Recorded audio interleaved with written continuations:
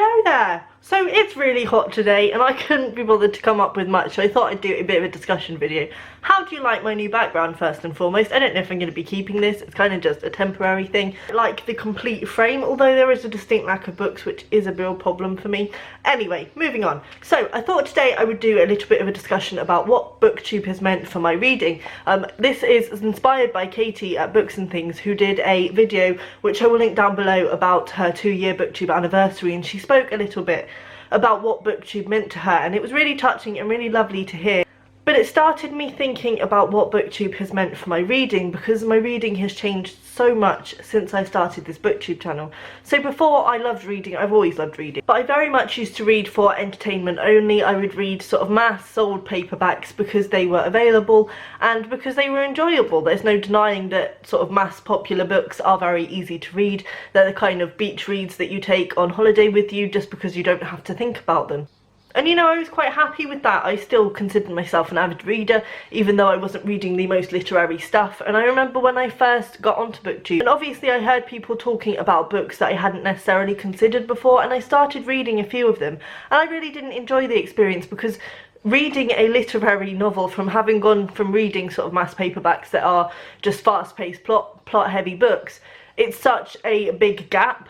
Whereas now, you know, if for example, I've just read, I couldn't give it more than 3 stars because that's just not what I look for in books anymore. And it's fascinating that Booktubers has that effect. I mean, unlike, I know a lot of people on Booktube have studied in English literature and language and things like that at university. I didn't go to university, and the furthest that I studied English was in A1, so the first year of A-levels. So my sort of analysis of text is not as up to speed as a lot of people on Booktubes, and part of me is really envious that I didn't go to university and I didn't study literature in that way, because I think it would have been really fascinating. It just wasn't something that suited me at that time in my life.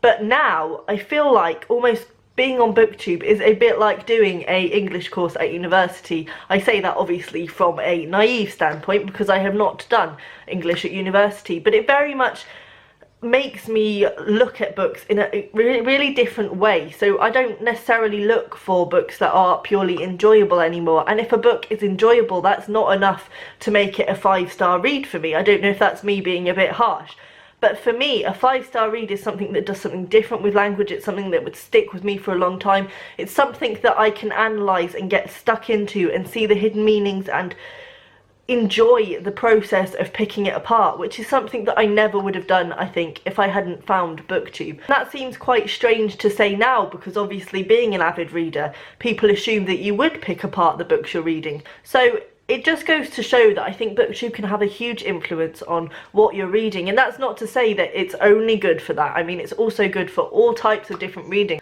So I definitely think anybody out there who is thinking about starting a Booktube channel should definitely do it. It will change your reading in a way that you never would have expected. Another way that it's changed my reading, and possibly something that I am less pleased about recently, is the fact that it's very much made me read a lot more, which is obviously good. I love reading. It's what I do for fun. It's what I do to relax. I don't watch television, I read.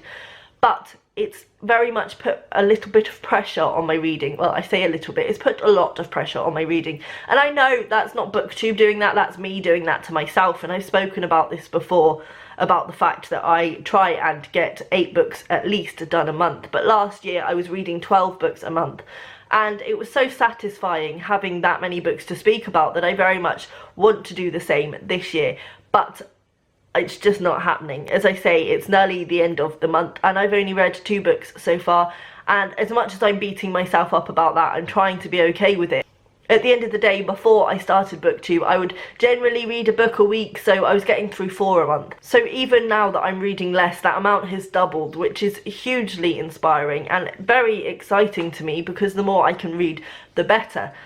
So yeah, I just thought I'd have a little bit of a chat and say how much Booktube has changed my reading. If you want to get a real gist of just how much my reading has changed, I'm not going to link it down below because I don't know how much I want people to actually watch this, but one of my first ever Booktube videos, this was about 4 years ago, was a video in which I spoke about my favourite books, and the books that I spoke about in that video are so different from the books that I read now. It's almost embarrassing. If you want a real idea of how much things have changed, you can go back and look at that if you so desire. Please let me know down below how Booktube has changed your reading. It'd be really interesting to hear how different people have experienced it, because obviously this is only one experience and I'm sure other people have found very different things from me, but I thought it would be interesting to get a discussion going about that, and I'll see you next time. Bye.